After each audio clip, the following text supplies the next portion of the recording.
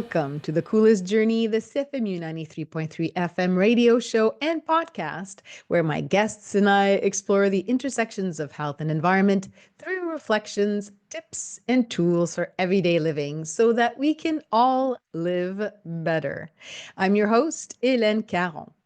You may have noticed I've been much quieter on social media and on air since June. I'm recording this podcast. It is August 12th, 2026. And it's been about a couple of months. The reason I've had another concussion. If you know my backstory, you'll remember that I was in a car accident in 2014, February 2014.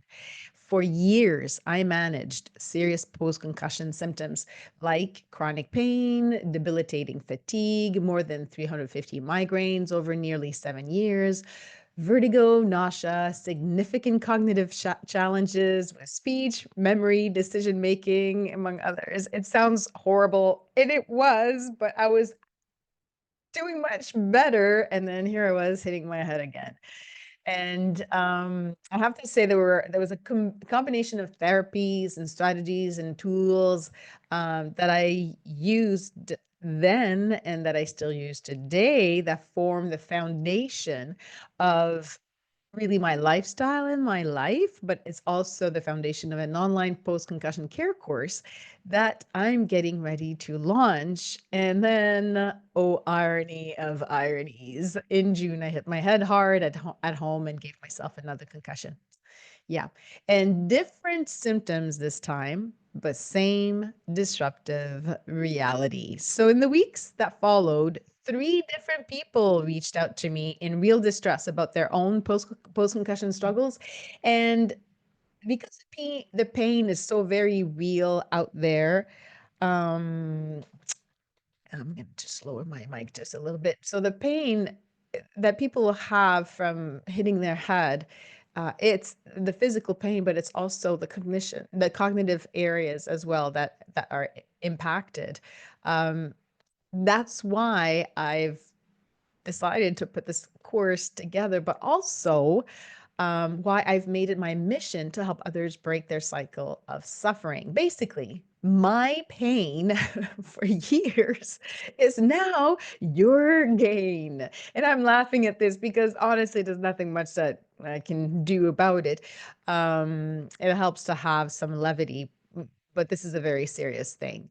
So today I decided to fly solo for this episode so that this episode can then serve as a quick practical guide for anyone navigating a brain injury, whether that's a TBI, post-concussion syndrome, or something in between.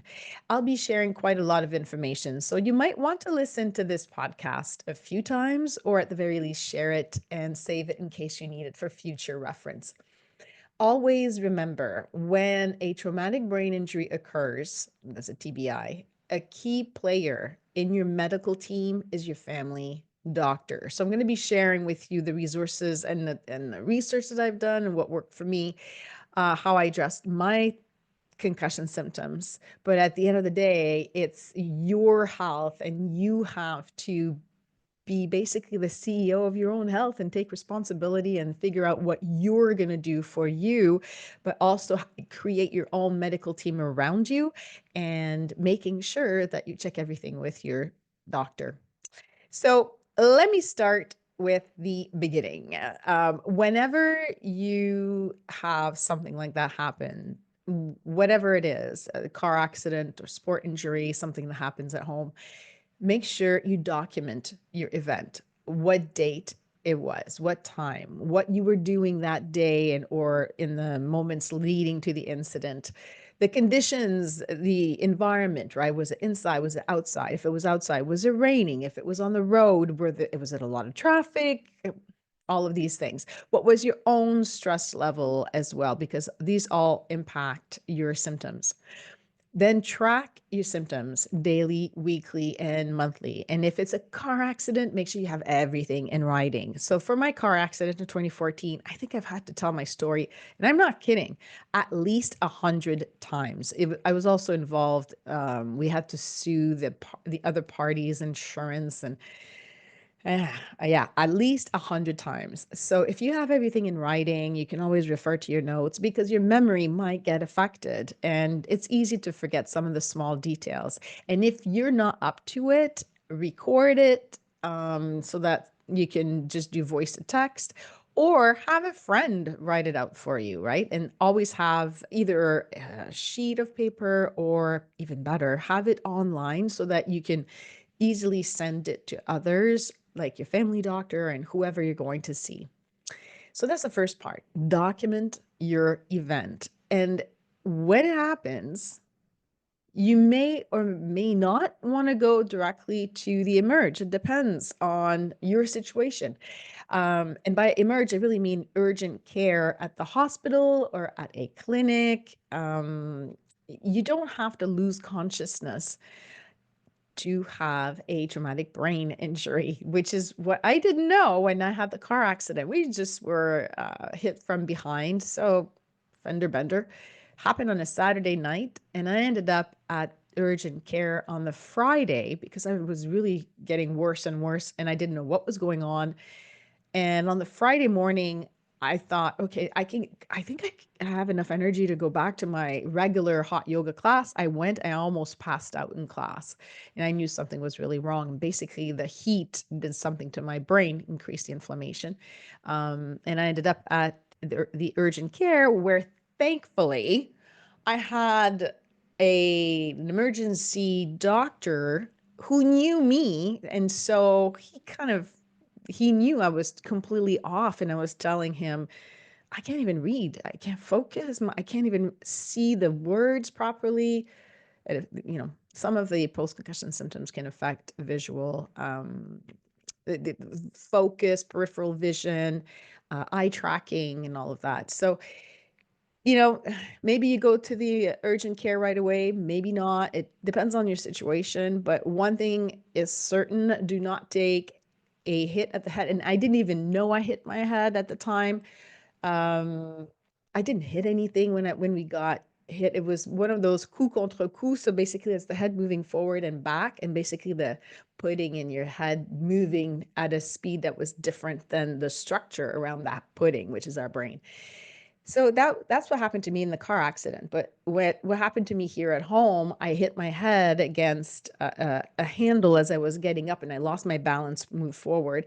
So as I was going up, I hit my head. And so my neck muscles were um, highly uncomfortable, let's put it that way, for weeks, if not months. And it, it, I had totally different symptoms. So it's not because you've had a concussion before. If you get another concussion, you think you're going to have the same symptoms. I just learned it can be completely different and no headaches, no migraines this time, which shows me that what I've been doing, what I was doing clearly works for controlling the inflammation, but it just wasn't enough to counter all the neck pain that I ended up with. So in case of doubt, go to urgent care. Make sure you book an appointment with your family physician. I've had all sorts of experiences as well at urgent care. I've been with a friend who was in a car accident. Same urgent care was where I was properly diagnosed. Different doctor who completely, mm, I just want to say, not ignored my friend's symptoms, but basically kind of said, well, you didn't hit your head, you didn't lose consciousness, therefore you don't have a brain injury. And this is wrong. So, doctors, if you're listening to this, I'm pretty sure things have changed since, like, I think my friend's car accident was in 2016, 10 years ago. So, hopefully, the advice is better. But if you are listening to this, you're not a doctor, and you get into a car accident, you don't hit your head, and you get some weird stuff happening afterwards, you're really tired, your muscles are all achy, you get some headaches, go to urgent care, especially if you have the headaches. So I learned something else too this time around when I went to see my family doctor. If you are over the age of 65, a CT scan is going to pretty much be ordered for you automatically. So if you hit your head and you're over the age of 65, maybe you want to go to urgent care right away. Maybe you go to your family doctor. That's entirely up to you. In my case, Now I know I'm not 65, I'm 55. So I've got another 10 years. But had I had any kind of headache, I would have been sent directly to the CT scan. In 10 years, it won't even matter if I have headaches or not. I guess I'm going to still be sent for a CT scan. So you want to keep an eye out for any kind of brain fog, headaches, some serious vision issues, or changes in your vision, which is what happened to me as well this time around. It's like, oh, I'm wearing my glasses right now. They were fine on the day before or the day of the accident, and 2 days later, it's like my prescription all of a sudden changed. So these are the things that you need to keep track of. In terms of vision, what you can do right away when that happens, when you get your brain injury, you want to notice what happens. Keep in mind that your family doctor is the one who will be able to say, yes, let's send you to vision therapy so that you can relearn how to do eye tracking, focusing, fixing your peripheral vision. There are all sorts of exercises that can be done. There's also neurotraining because our brain, as you may know from my interview with Dr. Noor, I highly recommend you listen to that one. It was, oh, I can't remember, episode 35. There we go. Dr. Noor Shah, who is a trained psychiatrist and who helps people with trauma with self-regulation therapy. And we talked a lot about the plasticity of the brain in that episode. So neurotraining, brain training. There's another episode that I recorded earlier this year, specifically designed for brain training. You definitely want to talk to your doctor about that if you do feel that some things are going on. Vestibular therapy. I tried that. Mm, way back after the car accident, and I haven't even tried it yet because I vestibular therapy is really hard for me because of vertigo that I developed from the car accident. So I can't even do the basic stuff. But I try every few years, I go back for a couple of sessions and I try and do some of the very, very basic exercises that are supposed to build me up to that point. There are other things going on that we still haven't addressed yet. So these are all things, right? And counseling and more. Your family physician will be able to help you out with that. But in terms of counseling, you may want to do talk therapy. I was followed by a psychiatrist in Ontario who specialized with TBI. There's also self-regulation therapy, as we talked about, somatic therapy, etc. So that's from a family physician point of view, medical care. You need to figure out who your team is going to be. Who do you have on your team who can help you and make you feel better, or at least provide some guidelines for you to feel better? One thing that I ended up developing that I found useful for me, but I've also used it with other clients. It's called something that I call, it's called, I kind of developed this thing. It's called the Health Wellness Care Matrix. So what you want to think about is all the areas that are critical for you to get your health and wellness or well-being back. So every column, so think about a spreadsheet, and maybe on the, it doesn't really matter. You can switch them over. It depends on how you build your matrix. But you can have on the x-axis, for example, categories like lifestyle, right? If your lifestyle is such that your current one, you smoke, you drink alcohol, you drink a lot of coffee, you drink pop, these are things that have to be addressed, right? So no smoking, no alcohol, it's going to affect your brain right away, even if it's on a short term. These are things that you need to evaluate. Is that something that you should consider doing in order for your brain to get better? Up to you. But in terms of lifestyle, that's what I mean. So smoking, drinking, are you exercising, and all of these things. On your matrix, maybe the next point or next category or column on your x-axis would be food. Which food can you eat so that it's anti-inflammatory? So I'm going to get more into that later, but basically foods that you eat, are they feeding your body well?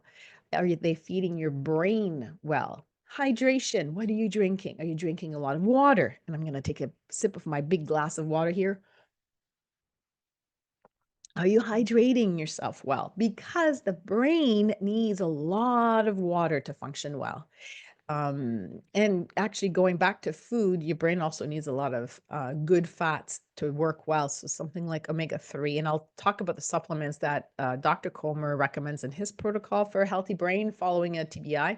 But basically, omega-3s are in there, so good fats. Another category for your health matrix on the X axis would be pharma. So pharmaceuticals. Maybe you have drugs or medication that are prescribed to you, or maybe some pain relief creams prescribed to you as well that you can use. So that then you would list, what is it that you're using. Now, depending on how you build it, like I was saying, maybe you've got all of these categories on the x-axis, and then on the y you would have the dates, or what are you doing. Maybe you put an x or you put a date down, but make it work for you. And the next step would be medical team. Who's on your medical team? Who have you seen? Who's working? Is this specialist working for you or not? What did you do when you went to see them? Another category would be supplements and herbs. So that could be Dr. Coleman recommends, a vitamin B, vitamin C, vitamin D, a lot of vitamin D because most of us are lacking. Vitamin B, I mentioned B for B12 and others. So basically, you have to figure out, is there something that you can take that will help you recover or not, that has been recommended by one of your medical team specialists, or that's something that you're taking usually. Magnesium is one of them, right? Magnesium helps with sleep and muscle relaxant. Talk to the doctor, talk to the pharmacist, right? Is this something that you could take? I had to evaluate all of this. And for me, I found out which ones would be working. Another category to put into your x-axis in terms of your health and wellness matrix would be the complementary therapies, like massage therapy, physio, chiropractor, osteopath, naturopath, traditional Chinese medicine practitioner, so acupuncturist, etc. Another category would be movement, activity, right? So walking. You may not be able to, I don't know, continue to play hockey for a while, but movement like gentle walking outside could be very, very good. Another category, nature therapy, rest and reset. So basically, how is it that you are recharging your own energy battery throughout the day? Nature therapy is awesome. You go outside, and we've had a few episodes already with Dr. Mark from the UK, and he's going to be back to talk about his new book. But basically, his research all points to the same thing. Nature therapy, whether you are doing green therapy with forests and gardening and trees, or blue therapy, being around water or in the water, everything but the water basically is blue. All these have really positive effects on our overall well-being. So nature is really, really important. Another category would be energy work and therapies, something like red light, infrared saunas. And we're going to talk about heat in a moment. I just want to go through all the categories first. PEMF, which is pulse electromagnetic field therapy, specifically, excuse me, specifically some with ICR, which is ion cyclotron resonance. So there is one brand available in North America that is from Italy. It's called Sequex, Sequex, highly recommended. And I don't get a commission from that. That's just a product that helped me a lot. And there are many practitioners and clinics around the Ontario province. There are some in Alberta. I think there are a few in the States, many more in Europe, and their product, Sequex product, is actually used in hospital settings as well. So that's why I'm recommending it, and I feel good about that. Another thing to consider, especially after a brain injury, is hyperbaric chambers.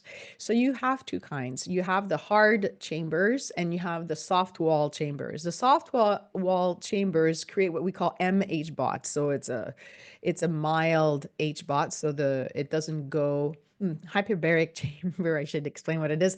It's like a giant pillbox that you go in, or like a submarine thing that you go in, and the pressure inside increases as if you're underwater. And when the pressure increases, your tissues can absorb the oxygen in the air a lot better, a lot faster, so that you're oxygenating tissues in your body that don't necessarily get a lot of oxygen. And oxygen is really one way for the body to help repair itself faster. So if you look online, you'll see that HBOT therapy is actually covered through Health Canada across provinces for about, I want to say 13, 14 different conditions. The problem is that they're very difficult to get into. So that's why they're only prescribed for those conditions. But around the world, it's a lot more. And the moderate or mild HBOT, the soft wall chambers, there are ways to have access to them outside Canada. In Canada, the sales it's not allowed for a number of administrative reasons, but definitely not for therapeutic reasons. So if you have access to one or the other kind of HBOT, highly recommended after a brain injury, because that could make a huge difference, especially when combined with PEMF and the rest. And I'm going a little bit more into this part because I'm not going to talk about it later. So that could be the subject of a whole episode by itself, just the HBOT and the PEMF. So I'm just mentioning it here. Another category to add to your health and wellness matrix would be stress reduction and breath work. So what are some of the things that you're doing that we do in our day to reduce stress? Like nature therapy would be one of the things in there, but maybe it's just go play with the dog, walk the dog, and maybe it's just closing our eyes and taking some deep breaths.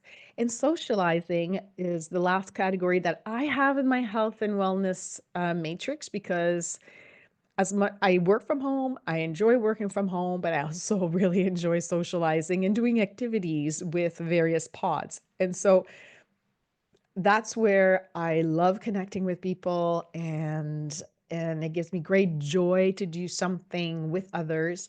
And so it's part of my health and wellness matrix. You have to kind of decide what is going to be in your matrix. Some of them it's pretty obvious. Oh, did I mention sleep? I can't remember. Sleep should be in here. Sleep is definitely on my matrix. I think I just forgot to list it here in my notes. Sleep quality, quantity, super important. Most people who end up with a TBI end up with disrupted sleep patterns. More specifically, the architecture of the sleep is really changed and goes down. It's really bad. I can attest to that. So you definitely want to watch out for your sleep patterns and talk to your family doctor about some type of sleep behavioral therapy, or how, do you have your sleep hygiene really well established, or do you have to do some small changes? Once again, we won't go into the sleep aspect of it, but it's just, these are all the categories that you have to evaluate. Are you going to be doing something to help you regain functions after a traumatic brain injury? Or it could be anything else. You have another kind of situation where maybe you broke your arm or you have surgery for something else, and you use your health and wellness matrix and you just run through the whole thing and see how are you going to address the situation as the CEO of your own health. And here are all of your controllable factors or variables that maybe you want to make sure that you've got a handle on everything, or maybe not. Maybe some things you're like, that doesn't really apply to me. Fine. But if you can better control all the variables, it means that whatever outside thing happened, then you can better deal with it, and that your health hopefully will get a lot better. So you've got your health and wellness matrix.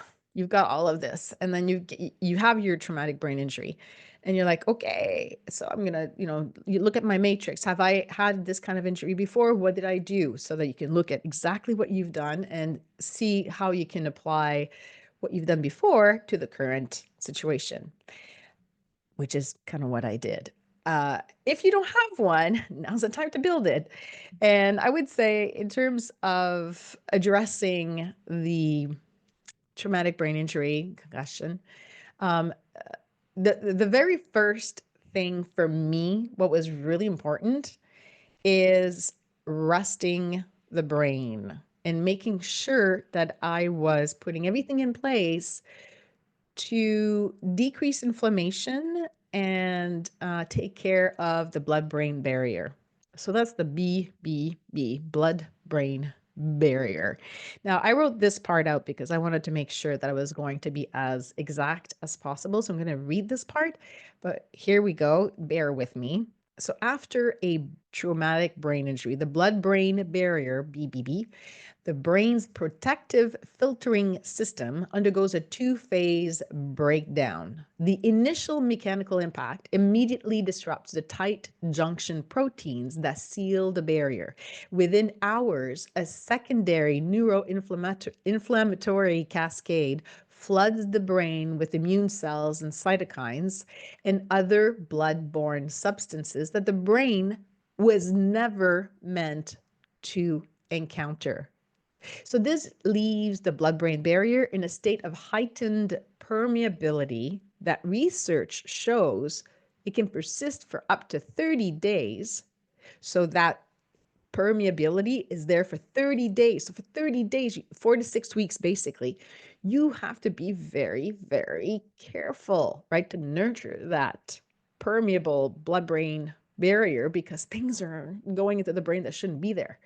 So that during that time, the brain is simultaneously managing swelling, impaired blood flow regulation, and an energy crisis, relying on less efficient metabolic pathways just to maintain basic cellular function. Studies using imaging of repetitive head impacts found that BBB damage compounds dramatically with each additional insult, jumping from roughly 2% of brain volume affected after one impact to nearly 19% after 3, underscoring why re-injury during this window is so dangerous. Keep in mind that TBIs can lead to epilepsy within 2 years and also Alzheimer's later on. So that's why it's so important to protect this BBB, this blood-brain barrier. And remember that long-lasting blood-brain barrier dysfunction and neuroinflammation is a serious consideration when assessing if someone is ready to go back to everyday activities or not. And I'm not just talking about going back on the ice to play hockey or going back on the field to play soccer or going back in the water to do, they changed the name, but it used to be called synchronized swimming. One of the sports with a very, very high rate of concussion. So it could be even just going back to your normal activities. The brain just can't handle it because it's so much energy. You're going to be wiped. So resting the brain is so important at this point. 4 to 6 weeks, and you could be saving yourself so much trouble down the road, which is what I did not do the first time around in 2014. Actually, in 2014 for the car accident, that was, I think, my 6th time I was hitting my head within 4 or 5 years. So although it wasn't within the same month period, it was close enough that my medical team thought that could be why I ended up with such long-lasting symptoms. So now I know. I hit my head, I rest. My life stops, basically. So I have to rest. And rest is not passive. It's not just staying home doing nothing. It's the active condition that the brain requires to restore ionic balance. right? So it has to refigure out what should be in the brain, what shouldn't be in there, and then get rid of the stuff that shouldn't be in there.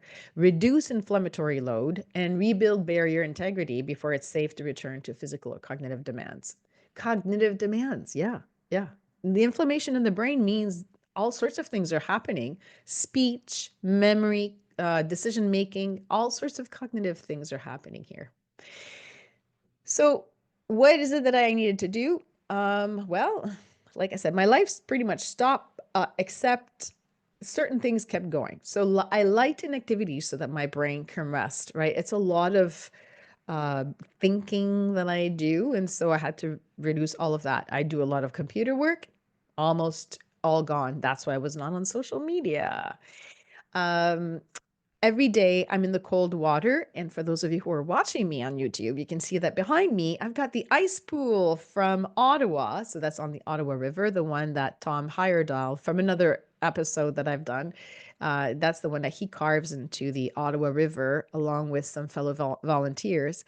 This is actually critical. My swimming in the ocean, I think, is what also helped me not to have a whole life altering concussion this time around. I've had zero migraines, zero headaches, zero. And let me tell you, my neck is still stiff to this day. My vision is still affected, but I have no headaches and no migraines. So that tells me that in terms of inflammation, this water stuff, this cold exposure is working. So I'm minimizing my activities. I'm exposing myself to cold to try and reduce or control the inflammation in the head.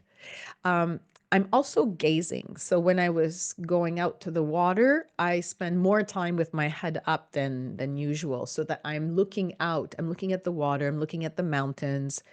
It's the gaze. That's one of the ways that we rest the brain. I think I mentioned this in a few other episodes on the coolest journey. I learned about this like within the last year. Who knew that resting the brain meant gazing? I did not know. And so many times my medical team had told me, you need to rest your brain, Elaine, rest your brain. I'm like, what does that mean? Well, gaze. That's what it means. You heard it from me, folks. Yeah. And then minimizing symptom triggers. That's so that we can prevent flooding of the brain, but it's easier said than done when you don't know what your symptom triggers are. I'll give you a hint. They are often related to the senses. So visual, olfactory, sensory, movement. Sometimes they just you get a symptom that flares up and we don't really know why. That's a mystery. But if we track the symptoms and then maybe we can think about what we've done. Oh, okay, so I have to avoid this situation. In my case, for just about 6.5 years, I had to go around with a cap all the time, baseball cap over my head and shades and noise canceling device. So it was the old ones were the Bose one, but now most of the earpods have noise canceling in them, which is awesome. Someone who's had a TBI can just put that in, and already it feels so soothing because it eliminates the noise, and that makes a big difference in terms of is your brain getting flooded. Some people have told me, oh, I call it overwhelming. No, it's not overwhelming. Actually, the technical term, medical term is flooding, because your brain just has too much information coming right into it. So basically, think about a concussion or a brain injury as if all of the gates to your brain, all the gates that control the information and stimulus going in, right? They open, they close all day long. Open, close, open, close, open, close. Well, they lose that mechanism of opening and closing and they just flung all open. So your brain is there and it's vulnerable because all the gates are open and it gets inundated with all of this information going straight at it. Like it comes in from the eyes, it comes in, like I said, all the senses basically. And then even thinking is another part of it. So you want to diminish your chances of flooding. So you want to control your symptom triggers. Another way, so I talked about cold, right? Cold exposure. So whether I'm swimming in cold water or taking a cold shower, uh, exposing my hands, my face, my feet to cold. These are really good ways that I know I can control my inflammation that way. Salt floats. So some of these are called sensory deprivation chambers, just float baths. It's something like 600 to 800 pounds of Epsom salts in them. You can close the lid and it's completely black and you float and it feels so good, especially after a concussion. Now, the old protocols, medical protocols, would be that they would put someone who's been concussed and keep them in the dark for 4, 6, 8 weeks, right? They don't do that or recommend that anymore because then it's that much more difficult for a person to go back to normal life. So you still want to have some stimulus, but not too much. So you just have to find out what that perfect zone is for you.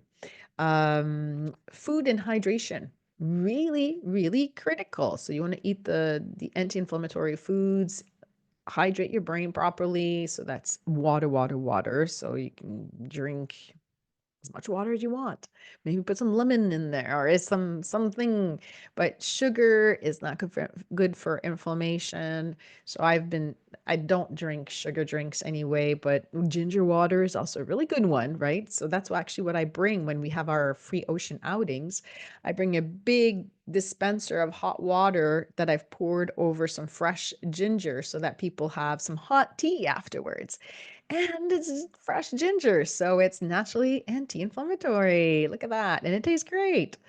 Um, in terms of other things that I've done, like right away, right? So I get my head hit. What do I like assess the situation kind of thing? Do I need to go to urgent care? I call my family doctor, make an appointment to go see her.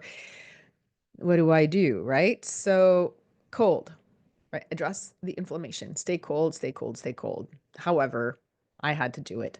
And then in terms of my work, activities, everything, I reassess, prioritize everything. Nope, nope, nope, nope, nope. I can't do this, can't do that.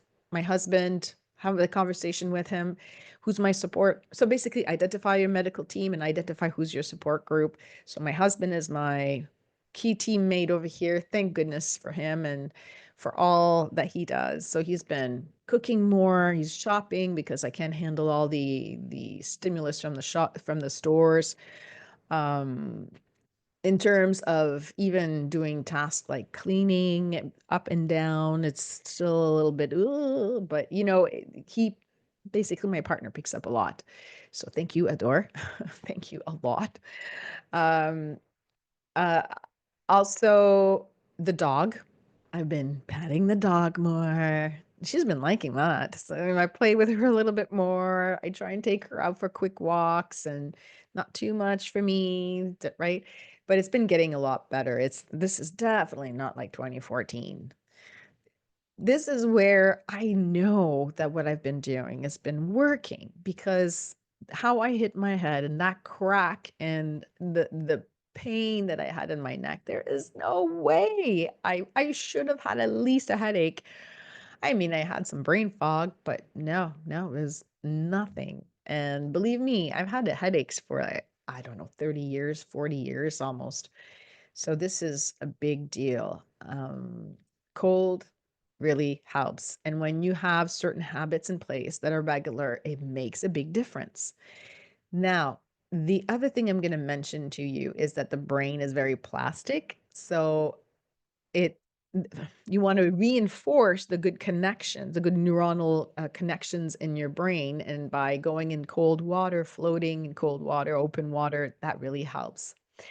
So socializing is really important for me, and it's also because of mental health. Because I've had so many migraines and headaches and nausea and vertigo. I couldn't go outside. I couldn't socialize much during the 6.5 years. So I ended up with some anxiety, depression, and PTSD. I also had nightmares at night, so that's a whole other thing. But um, I know that in order to prevent that downwards spiral, I need some socialization in very small groups or over the phone or the screen time is limited because of my visual issues right now. So I just adapt. So this is all reflected on my health wellness matrix for this concussion. So what else am I doing that could possibly help other people listening to this? Decrease, eliminate stress. I mentioned reassess the non-priority activities. Super important to have that meeting with your spouse to say, hey, I need support now, but not just them, your friends and your family, and see how they can help, right? So basically delegate as much as you can and rest your brain. Gaze, go for a cold water swim or float or whatever. If you don't have access to an outdoor swim spot, cold showers, take multiple cold showers or baths per day. In terms of supplements, I mentioned Dr. Comer, his protocol. You'll find it online. So there was vitamin D, omega-3, B, C, magnesium, creatine. And yeah, and that's pretty much what I've been doing. So I hope I've shared oh, and of course I keep moving as well. This time around, even with a really bad neck, the strangest thing is that I could still swim. And by swimming, I really mean front crawl. I mentioned before I was doing a lot more head up so that I could gaze, but it didn't really prevent me from swimming. So I ended up doing a 5K race in Soyuz early July, and I was fine. If anything, I ended up really tired 7 to 10 days afterwards. Possibly some of that had to do with brain injury, but there was also forest fire smoke. And I ended up having to take Ventolin before, and that gave me some heart palpitations because I react. Uh, and between that and the forest fire smoke inhalations while doing a 5 kilometer swim race in dire conditions with wind and waves and chop and currents, and I ended up hitting a kayak twice. Uh, there was water in my tow float behind me, so I was pulling something even heavier. I can't make this stuff up. It was kind of funny, actually. It's funny. It's even funnier when I think about it now. But anyway, it took me 7 to 10 days to get over that, and I really do think it was a forest fire smoke. So it's kind of fascinating. I've had some really, really bad concussions, and I've had to pay a huge price for them. But this time it hasn't been as bad. It's just the eyes and the work at the computer, and yeah, I'm more dizzy, but I think it has to do with the neck muscles, and I'm getting the right, medical help that I need. So I hope this has been helpful. I think the number one thing I can leave you with is really decrease the inflammation or try and control the inflammation to the brain. And you have that 4 to 6 week window after being hit to protect that blood-brain barrier. So it's permeable during those 30 days or so, and you want to protect that as much as possible. So if you have to say, hey, I have to take a leave of absence from work, from school, maybe you're in a hockey team and you've got some really big event coming up and team selections and all of that. Well, maybe you say, well, not this year because this is not worth it. Or maybe you say, you know what? I'm playing in a position where my risk is decreased. Maybe it's not that bad.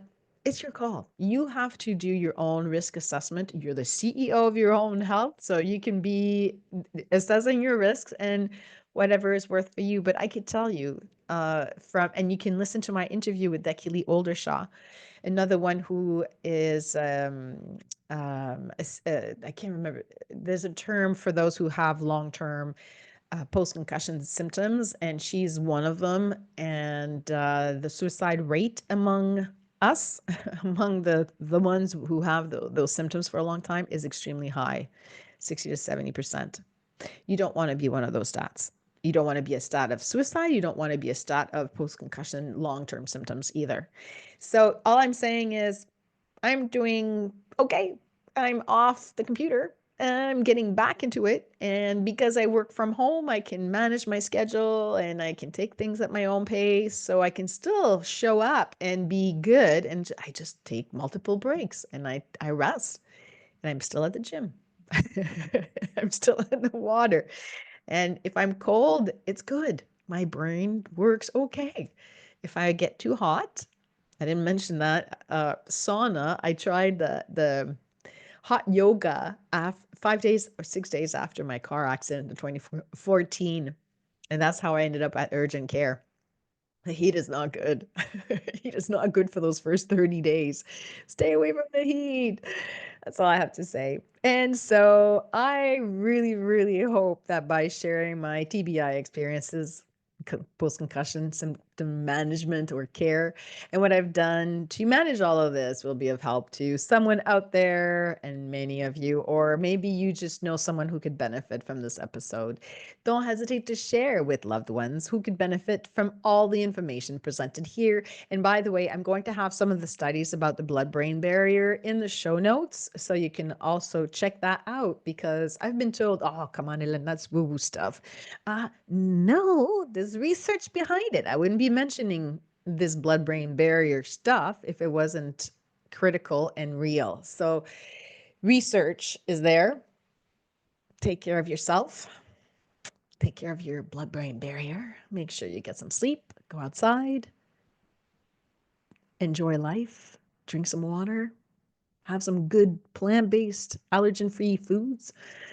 And thank you for listening or watching this episode, which you will find on CFMU 93.3 FM and wherever you get your podcasts, on Spotify, Apple, or YouTube. Until next time, I'm Hélène Caron, wishing you all health, energy, and the coolest journey of your lives. Thank you, everyone.